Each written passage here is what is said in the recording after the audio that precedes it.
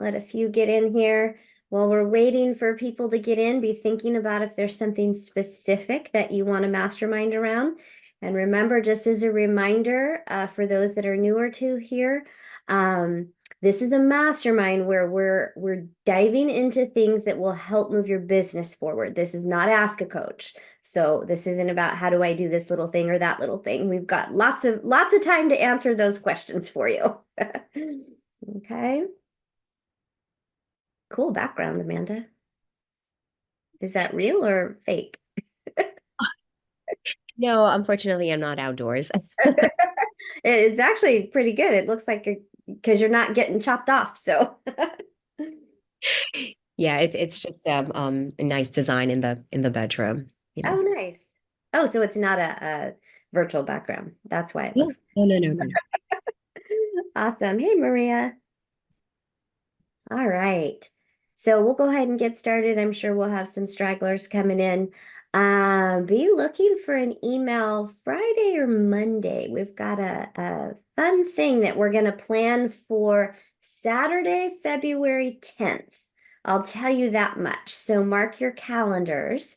We're going to have a fun morning that day with the entire program to help you guys. So you guys get that little heads up. All right. So, does anyone have any situations, anything in their business that they would like help masterminding around? I always have a topic, but we start with you. I have a quick question. Okay. Um, a couple of days ago, I went door knocking, and they seemed keen to speak with the lender that I work with. And yesterday, they had a meeting, after which I received an email. So now I know what the conversation was going about. So how much would you wait before following up with them, just, just to make sure that, you don't come off as pushy, or, you just want to see how things are going and where you can lend a helping hand. Yeah, in this case, I wouldn't wait at all. Given that that things have moved forward and the lender reached out to you, I would reach out to let them know that you received information from the lender and are happy to help. And what questions do they have? Okay, thank you. Yeah. Don't be shy, you guys, when it comes to following up with people, because the shyer we are and the longer it takes, the less likely, right, that we'll be able to capture that. But great job, door knocking.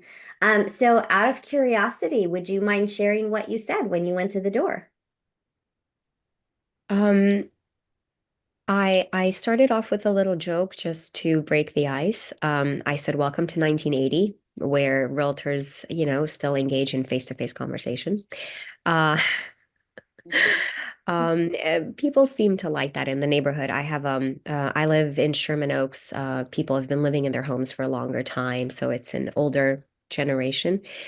So they appreciate the face-to-face. This, however, was a younger couple. They were renting, and they said they're not quite ready. And I said, what would be the one thing that they would need, any information or help that would make them, a little bit more comfortable in that change. And they said, they lack the down payment. And Okay. I immediately told them about down payment assistance programs. I told them about the lender that I work with. We talked about a little bit more in specific, because I did a couple of courses for lenders. So I think what really made the conversation going was that we could go into specifics about certain types of loan programs. And I asked them if it would be okay to keep in touch. So I have a digital business card. I don't hand out physical ones. And that way I can ask for either their number or their email address. She gave me her email address, and later that day I sent her a follow-up email address with the information for the lender. And that was just really a few days ago. And yesterday they already had an appointment. I wasn't included in the appointment. I was just included in the follow-up. So that's the story in a nutshell. That's fantastic. Yeah, and you often won't be included in the appointment with the lender, and that's okay. Remember that sometimes our clients don't want to share their financial information with us. So don't be pushy about that. This I'm not speaking to you specifically, Amanda. All of us in general, right? Don't be pushy about that because there may be a reason they don't want everybody to know that they're going to deal with certain aspects of their circumstances. But that's fantastic. And did everybody notice what type of business card she has? That's really cool. And I love that you have that because I often encourage digital business cards, digital flyers, and not getting wrapped up into, thinking you have to have business cards to do business and hand them out everywhere just to get thrown in the trash. So, that is love that you shared that. Amanda, Yeah. this is John Mazurek up here. Uh, can you tell me your strategy for door knocking? I usually go after lunch, not too late in the afternoon because people usually have a very hectic afternoon when they pick the kids up, so after school ends, I try to make sure that I catch them during their workday without any distractions. So it's either the morning, but until 2 o'clock.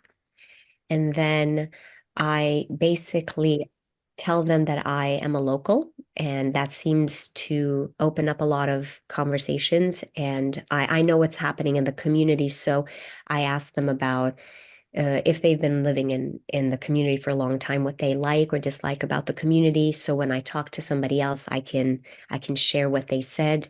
I make the conversation about them and their relationship to their home if they've been living there for decades or just in Sherman Oaks for a long time. And it's just a very natural, easy conversation. And to be honest with you, this was the first time that it led to something this significant. But there was another man, if I may share, I don't want to take too much time from the others. There was another person when he opened the door, he told me he's not taking my card. He has a realtor who helped him move into the neighborhood 25 years ago.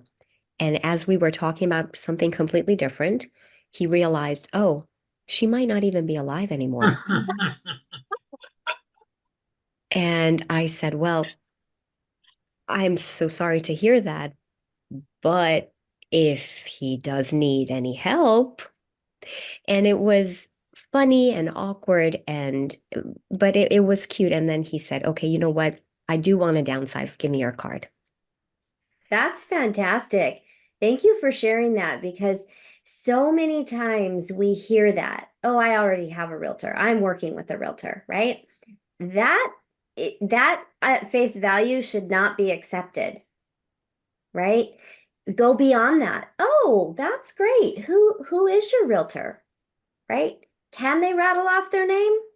When was the last time you spoke with them? It's been so long he doesn't even know if she's still alive, right? So and there will be different circumstances where that'll come up, right?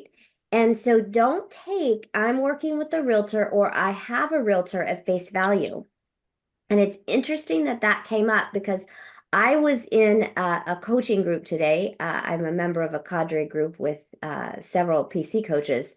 And my coach actually shared when he used to sell real estate that he had a lot of core advocates, and we're going to talk a little bit more about this today.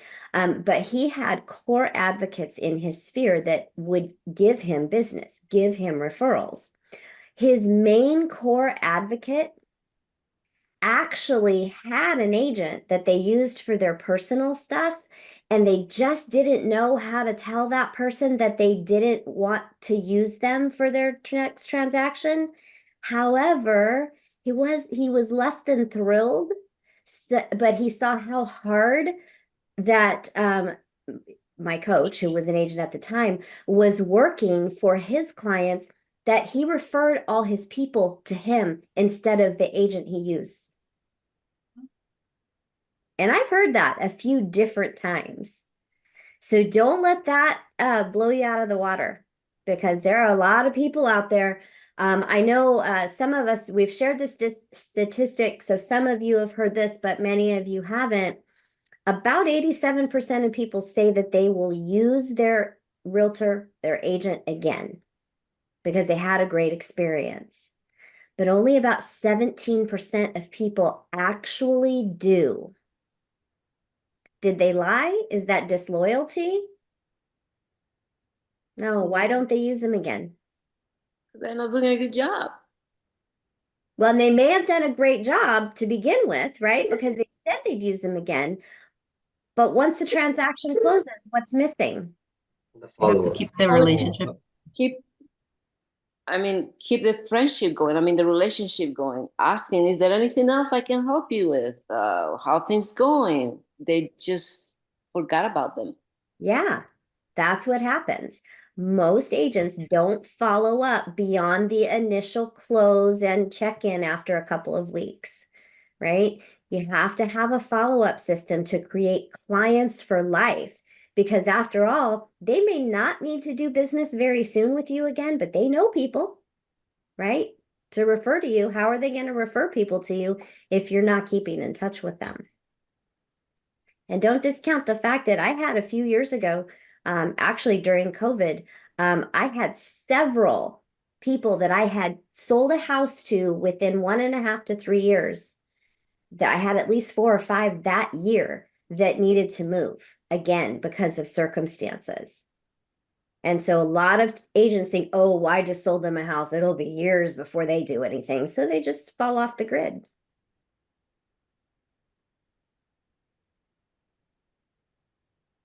Great conversation, Rick.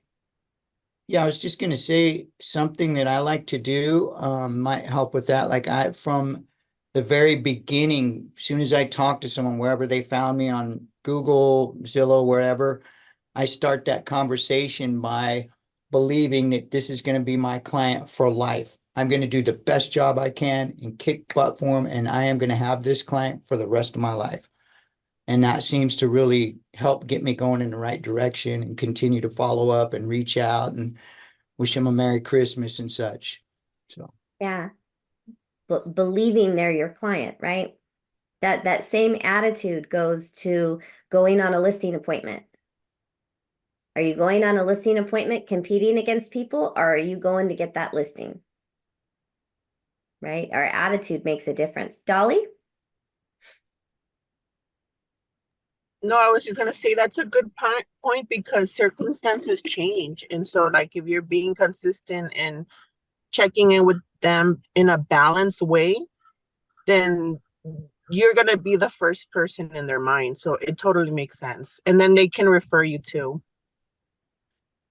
Absolutely. Absolutely. Now, we've recently done, well, first, before I go there, does anybody else have anything that they want to mastermind around? Or a win that you want to share, something like that for the good of the group to help? Sebastian, did I see your hand go up? I'm not sure if this is something to mastermind about, but I'll mention it very briefly. I just got off a phone call. I thought I got a call from our local office, but it was an agent asking me about the listing. And they basically called me to ask me about it and to tell me they would never buy the house themselves. So it kind of like made me feel bad because like they knew the history of the house, and she told me that's why she wouldn't buy it. And I'm like, well, I don't know what to say. Like, I hope it sells to a nice family because I guess the people that previously owned it were like drug dealers or whatever. So I was just wanted to mention that, like, when you, I don't know what type of conversation that would be, but it really made me feel bad. So I was just like, how do I not feel bad? Well, I appreciate you sharing that, Sebastian, because that's a really good lesson for all of Yeah. us. When I don't know how to necessarily not make you feel bad, other than to realize that that was just not nice on her part. That's not personal to you, right? Yeah, But we need to be really careful, because what is our number one responsibility to our client? To be a what? but do share. A fiduciary. So are we being a fiduciary if we go into a house with them and we cringe? Or are we being a fiduciary if we're pushing them to a certain house because it pays a higher commission? Or we're not showing them houses because it pays a lower commission or because we personally wouldn't live there? Do you know how many houses I've sold I would never live in? Never in a million years. I have walked into houses showing clients where my initial reaction was, oh my gosh, this is a mess. It would take so much work. I could never do this. And the person I was, the client that I had fell in love because it was her style of home and she bought the house. So it does not matter what our feelings are. We need to keep them out of it, completely keep them out of it. Because you know, what's that saying? One person's junk is another person's treasure. Right. Thank you for that. I forgot about that. Okay. So I do want to talk, if there's something burning that comes up that you want to talk about, please put it in the chat because I want to make sure that we address it. But I do want to talk about something. We touch on this a little bit, and going into this year, we really want to make sure that everyone is building their database. We recently did an audit of everyone's databases and how many people you have in your database. Now, let me be clear. Keller Williams, we don't see who's in your database. Okay, we don't have access to that, but we can see how many people are in your database. Okay, and so ask yourself, if my business isn't where I want it to be, do I really have enough people in my database? Because I was really surprised to find out how many people have been around a while and don't even have 100 people in their database. So if you don't have people in your database, who are you reaching out to? When you say you're making 10 calls to your SOI, who are we calling? How are we tracking that? Janet, is your hand up? Yeah. Well, first of all, I personally haven't put everyone in my Keller Williams because I'm a little bit private, and I feel like that would be invasion of my privacy, that people just go and check. If then this is the type of things that I do not appreciate. I have them on my phone, and slowly I'm kind of sorting out who do I want to put, and I have to learn first how to do it properly. But that doesn't mean the fact that they are not there doesn't mean that they don't exist on my personal phone, so that you guys know. Well, yeah, I can understand that, but there's so many benefits to having them in the database for a lot of reasons, and we'll get into that. But I want to clarify something though, because I want to make sure there isn't a misunderstanding. You said privacy or a privacy issue. What did you mean by that? I mean that I don't like, okay, because the fact that, Keller Williams have commands, and then they have the right to go and check how many people do I have in my database, I don't appreciate that, because I think that's my business. I know that you guys want to help, and I appreciate it, and I'm 100% with that, but that part throws me a little bit. Okay, well, let me make sure that I was clear in what I said. We cannot see who is in your database. We can't see names. We can't see information. We see none of that. They have a way to track how many people, how many contacts are in the database. That's so we can help you, right? Because if somebody is stuck with adding people to their database or not using it to the full to really make their business what it could be, has nothing to do with privacy. Nobody's being judgmental. No, some people use a different database. Okay. All it is a tool for us to help you. So I want to make it clear that we can't see beyond that number, and it's to help. It's not to be invasive. Okay. So I want to make that clear in case there's any misunderstanding there. Because especially we as coaches, we want to be able to help you grow your business to the best of your ability. And so that's why when we send out the weekly tracking activity and we have you fill in those questions, right? It's not about judging what you did or didn't do that week. It's about figuring out, what are we doing? What can we do more of? What's working really well? Where do we have some gaps that we could maybe make some changes? Because if we can't have a little insight into things, then we can't help, right? And you need to, as business owners, you need to track your numbers. If you're not tracking let's imagine, say you owned a restaurant.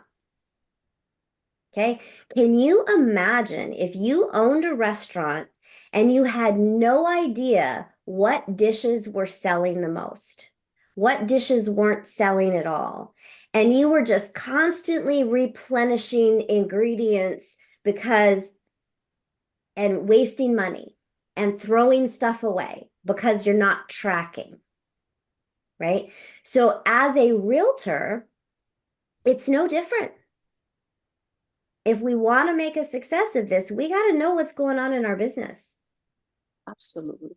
And the only way to do that is to track, right? So there is a lot of statistic around people that have a healthy database, that have 3, 4, 500 contacts in their database, will have a healthy business. However, it's not about, oh, I just threw 500 people in my database, I'm going to have a great business, right? We got to engage with our database. We have to talk to them. We have to send them items of value. If you don't have, and I'm not speaking, when I say you, I mean all of us, right? If you don't have people in your database that you have on neighborhood nurtures, you are missing the boat on 26 touches a year that are completely uninvasive to your people, and that actually information people want to see, and keeping you top of mind.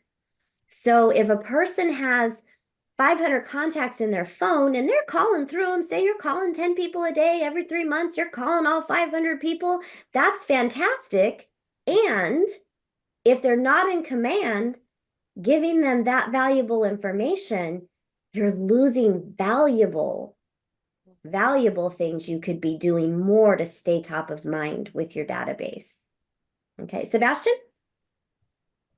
Yeah, I was just gonna mention that I even put my mom on the neighborhood nurture and she loves it. So everyone loves it. I love looking at it too from her email when it gets it. I'm like, let me see what's going on. So Yeah, that's really cool. almost no one dislikes getting that. And if somebody unsubscribes, they unsubscribe, big deal, right? But you got to get them all in there. At the very minimum, get them on a bi-monthly neighborhood nurture, 26 emails that have come from you, your name, that tell people what's going on in their neighborhood. And now you need an address, right? So you have to have an address to be able to put them in a neighborhood. The system will do it for you if you put an address in. If you don't have an address, it's a reason to call, right? If you have people that are not homeowners, put them in anyway. They still want to know what's going on in their neighborhood. Have a conversation with them. Hey, if you could move anywhere you wanted to, where would it be? Find that neighborhood in command and put it in there. You're not limited to one neighborhood, right? So when you know people are wanting to move, when you see people on your app looking in certain areas, give them the neighborhood information.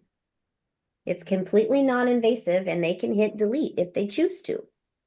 And it's okay if they hit delete all 26 times a year, because what did they have to see 26 times before they hit delete? Yeah, I just have to get comfortable. This is something that I need to work on. And that's okay. That's okay. But we're here to help everybody do that, right? We just don't want to get complacent to think sometimes, you know what's funny is my husband said something the other day. Now you have to understand he's an IT guy. So so he's okay with all this stuff, right? But he said, you know what? He said, your people have to get comfortable with technology because that's the way the world is going. Absolutely. Everything we do in real estate is technology, right? When I started in this business, we had, I don't know, we've had anywhere from 10 to 16 page contracts through the years, but we had contracts where we actually had carbon paper and we had to write and press really hard. And then it was a big deal when we got rid of the carbon paper and it was the carbon-less copy thing, and we just had to have a thing in between the pages. And then, they find some things started going to where some people did it online, some people did it in person. Then they took it all away and we're forced to do it electronically, which is great because we used to complain about how many trees this industry killed. So we have to be comfortable, right? We have to succeed in this business. Yeah, I'm comfortable with technology.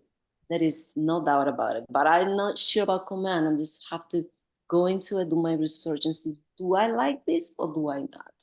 Should I choose something else or do I choose command? I just need to go into it. Well, I would ask, why would you want to pay for something else if you already have something that's amazing available to you? Yeah, you're right. So here's the thing. I would put, every one of you, put every single person that you know who knows who you are that's in your phone should go into your database. And then you can systematically use DTD4, use the system that works for you to reach out to them personally, quarterly, put them on the proper smart plans, right? So that let the database do the heavy lifting, and all you have to focus on is the quarterly calls and the follow-ups that you've promised to do.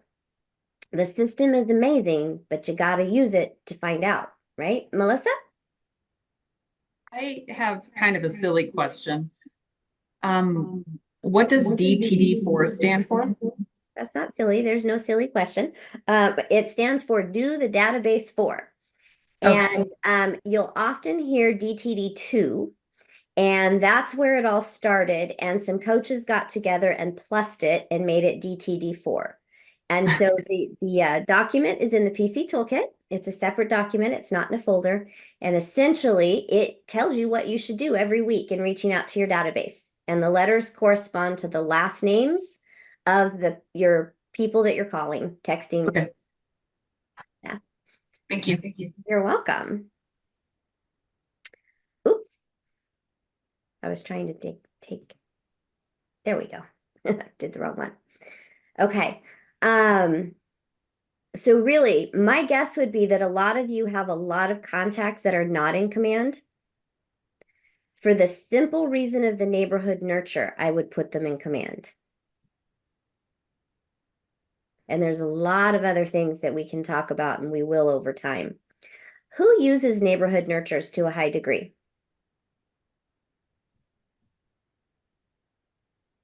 One? Raise a Maria? little bit. Everybody. What'd you say, Maria? High degree means to have everybody in them. Or you're using them in most of your contacts. Yeah. It's just a simple way. It's a no-brainer way, right? So why wouldn't we do it? We've got to be, so we went back to track, right, knowing our numbers. We used the restaurant analogy. Same thing with our database. If we don't know the health of our database, if we don't know how many people are in there, we don't know who we're talking to, the command is going to keep track of all of that for you. If you're not using command or some other type of database, are you using sticky notes, notebooks? How are we tracking this, right? And I say that because, I'm one that as I go through the day, I'll make notes of things that I have to either put in command or do, things I have to do, put in my task list. And if I go 2 or 3 days without taking care of that, my notebook's a mess, my head's a mess, and I'm like, oh goodness, now I have to stop and revamp, which is taking more time than if I did it as I went. Right. Any thoughts, questions, comments? It makes sense, definitely keeping top of mind with them with that simple neighborhood nurture biweekly. That's better than nothing at all. So, and people do read that. Oh yeah. People love that. There's very few people that unsubscribe from that. Not to say you won't have somebody that does. I know somebody's unsubscribed, so but it is a really, really valuable tool. So let me ask you, oh, Sebastian? I was just gonna add that a nice little way to add a little bit of touches throughout the year is putting like a holiday plan or whatever. I've put one in there and I've started using it recently. So I think it's gonna be an extra way to get like I think it was 4 touches or I don't remember how many, but I think it's really cool. Yeah.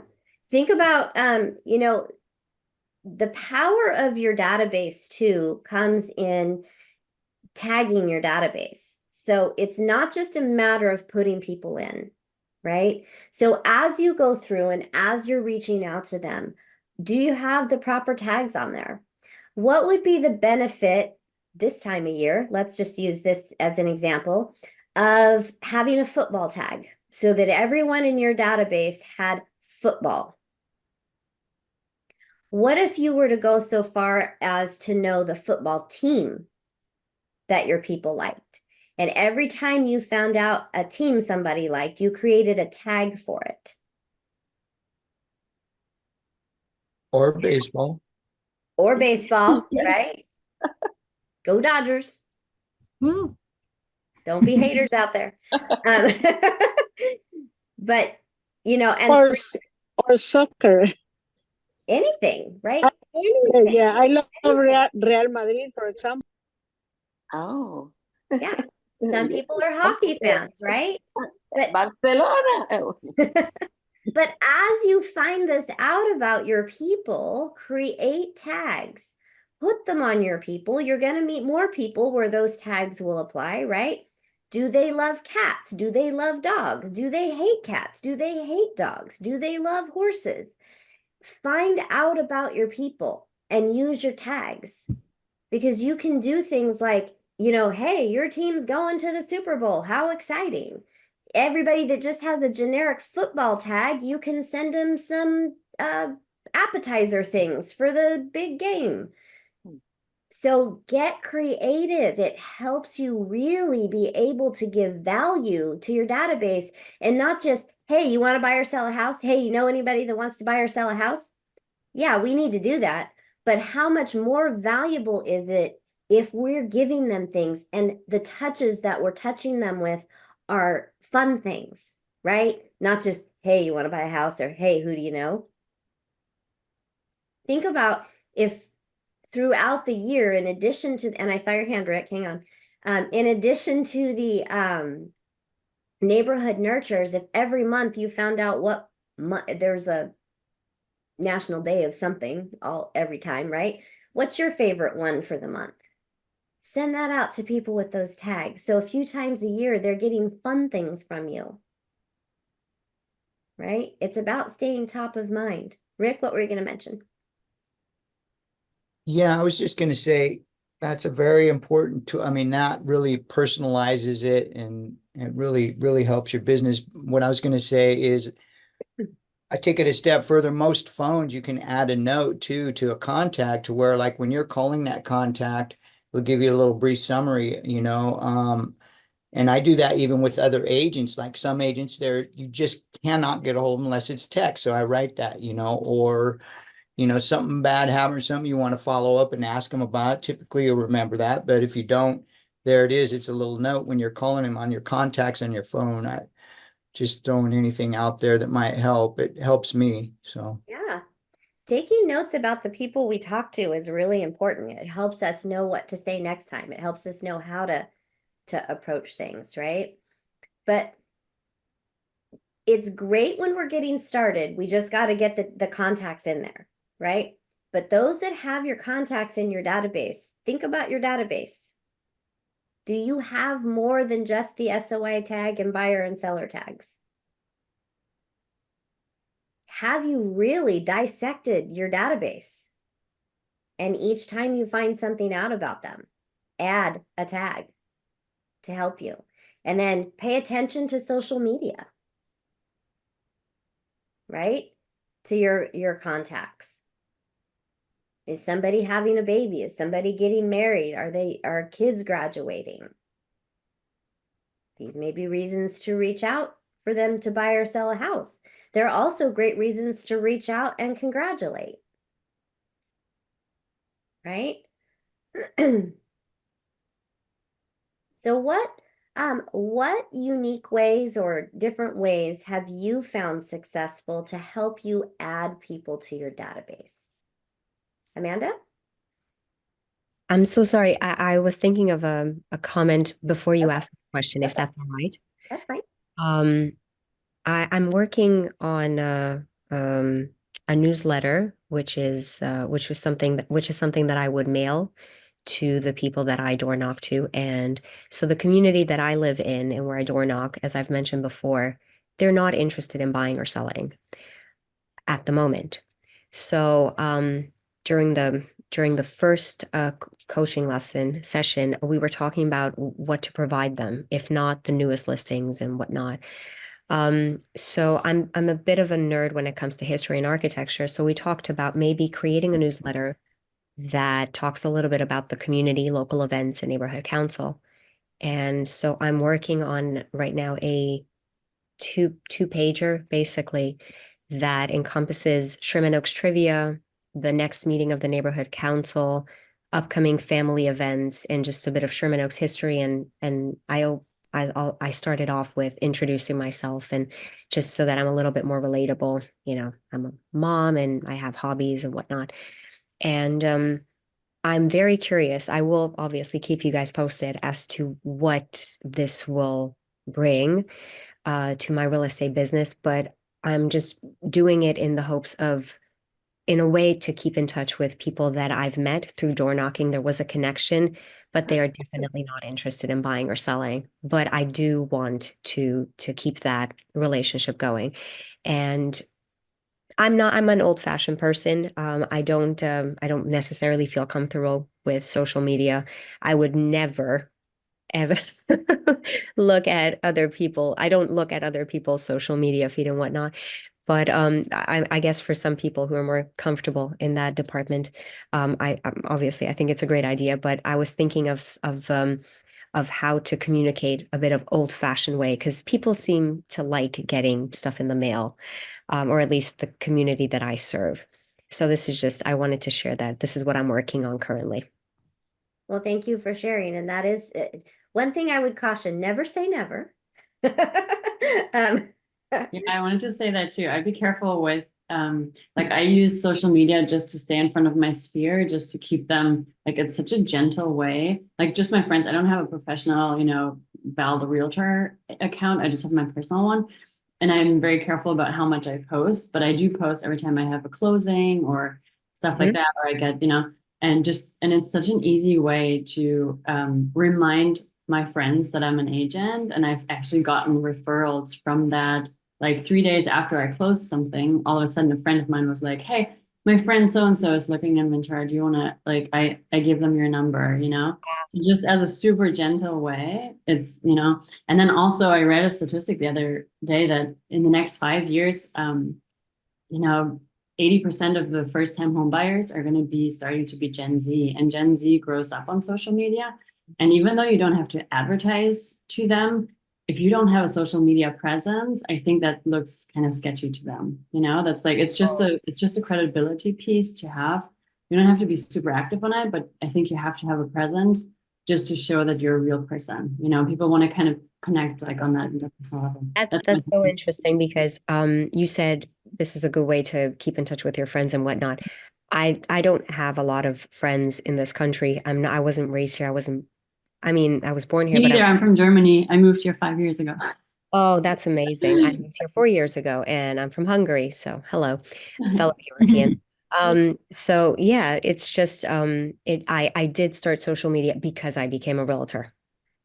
And it's so yeah, I do post to seem like a real person. Isn't that ironic? Yes. So I understand completely what you're saying. just the like kind of behind the curtains, like authenticity kind of thing. I think that's just important for the younger generation. Oh, thank you. Thank you so much. Appreciate it. I appreciate you sharing that, Val. And remember, nobody's going to make anybody do something they're not comfortable with. It's not about that. And we do, though, need to be open to other ideas and open to things that are working. And Amanda, you mentioned that you're currently really focusing on an area who's not likely to buy or sell anytime soon. So where it's okay to start a farm and be doing that for future, we need to make sure that our focus is on what's going to get us business now or in the near future, right? So your newsletter idea is a great idea. And what I would encourage you to do is take that one step further, where maybe you have a specific thing in there about Sherman Oaks, because that's the farm that you're focusing on. But don't make it all about Sherman Oaks, right? And each month maybe have a different community that you highlight, or something of a different that would appeal to anyone anywhere, and then email that to everyone in your database, not just send it to the people in Sherman Oaks, right? And now you have a way to get yourself out there even more to a bigger audience and the people that you know. And remember, a lot of times some people don't have a big sphere where they live.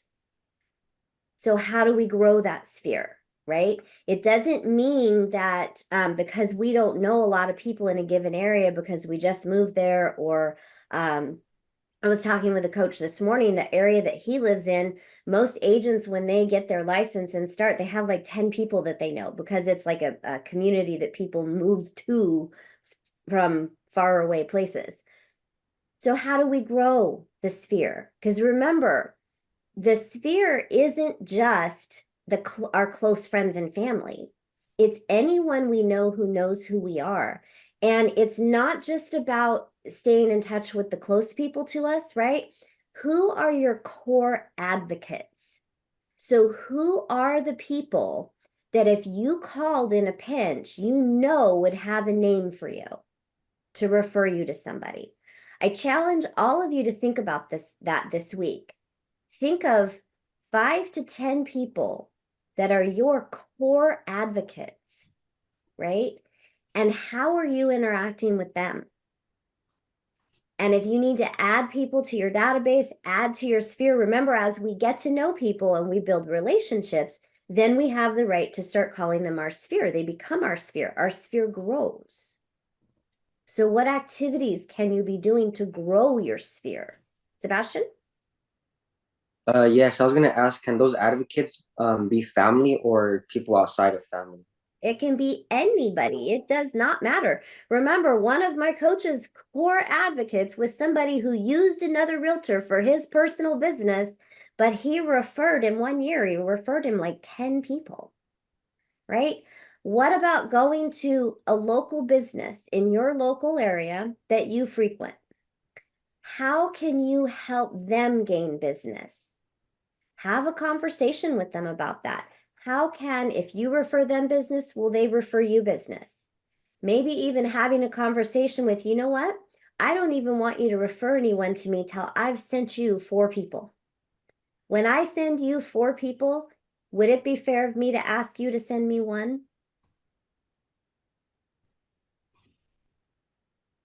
That's a great idea. Create core advocates. People that are your core advocates today, next year, they may no longer be for whatever reason, right? So you have to keep in mind, who are those core advocates?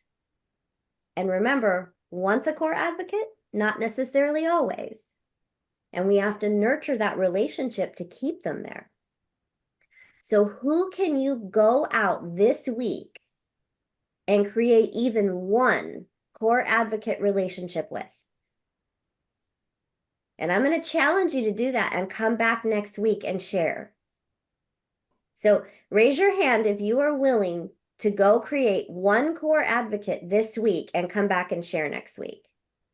Oh, I love this. We're going to have a great conversation next week, because I want to hear who you chose, what you said, and why you chose them, how that conversation went, because you sharing that with everybody is going to help everybody be able to go out and do that in their own areas. Okay, so I'm going to hold, okay, raise your hand again if you have agreed to do this, okay? I took a screenshot. Don't worry, it's not going anywhere. I'm not posting it. It's for accountability. I love Okay. it. I'm holding you accountable. One core advocate or more this week, and come back and share who, why, and how. Now, could you please remind me exactly what is it then? How can you repeat that? What is a core advocate?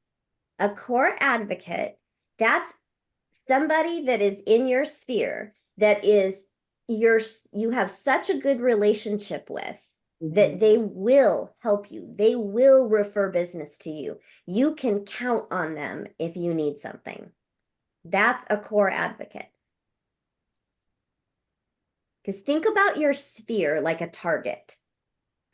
When you're throwing darts at a target, where's the most points? Bullseye. In the center, right? The center. So the center circle of your sphere is your core advocates. And then as you go out, they're still your sphere, right? But they may not be those who, not everybody in your sphere is going to be that for you. So think about that this week. If you all go create one core advocate this week, your business will change. So we're going to start having more conversations around this, around not just the sphere, right? Because the sphere, we can talk about that so much, it kind of gets diluted, right? We're going to really hone in.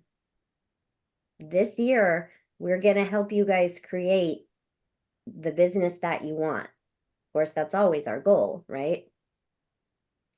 And this year is going to be a good year for everyone that really sets their mind to it and is willing to do the work. But it does take work. Awesome conversation. Love this. Anyone else have any last thoughts, questions, comment? Maria or Mariana, sorry. Yes, I wanted to go back to the question you asked about how we are leveraging command to try to grow our business or our database. So what I do, what I'm doing actually is I have a couple of different businesses that I've tried to start in the past. And so I try to get those people under as well, just because you know, there's still people that I know. They were a lot of them were people from high school. Back when I had a cake business, so I still talk to a lot of them, right? Then I started doing Mary Kay for a good while. So I do have those clients still, and I still service them here and there. And then now I have a second, you know, I have now the real estate business, and then I have another one with financial services. So I have them all together in there, and they are for the most part tagged, you know, who is who from where and what, you know. So I leverage command not just for my real estate business, but also for the other businesses, and it helps a lot to keep track, you know, knowing who you're talking to and where you're at, right? So so some of the people that I used to service for cake business, right? Now they're getting some of the neighborhood nurture. So they know that I'm doing real estate. I also have them on social media. So they always know what I'm up to, right? And when the random time comes that they do have a question, that's when they do reach out to me. And it feels good to know that, you know, you're able to keep track of that on your command, right? Command account. So having those tags helps so much because you know, I do a lot of networking events. I try to do as much as I can when I'm available. And so you're easily like, you get their business cards, you add them onto your command and tag them. Where did you meet them? How did you know, what business it is, right? And so on. So having all of that, it's really helpful. But now it's just, you know, a matter of really implementing command and using at the full potential, right? High value. So I love that. process. Love that. You know, that makes me think even when you meet people at open houses, put in a tag OH with the numbers in the street, right? So that it doesn't, you can put as many tags in there as you want to. You can create a tag for 3 people. It doesn't matter. It's just to easily remember and pull up those 3 people, right? Love that you shared that. PTA, PTO, surf club, dog park, you know, whatever it is you do. Yeah, I do that very similar to you, Mariana.